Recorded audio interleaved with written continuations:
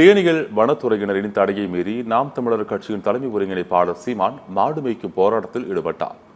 வனத்துறை சட்டம் 2006 படி சமூக உரிமைகள் கால்நடை மேய்ச்சலுக்கு பொருந்தாது என நீதிமன்றம் தீர்ப்பளித்த நிலையில் தொடர்ச்சியாக வனப்பகுதிகளில் நாட்டு மாடுகள் மேய்ச்சலுக்கு வனத்துறையினர் அனுமதி மறுத்து வருகின்றனர். இது தொடர்பாக வனத்துறையினருக்கு மாடு மேய்ப்பவர்களுக்கும் தொடர்ச்சியாக பிரச்சனைகள் இருந்து வந்தது.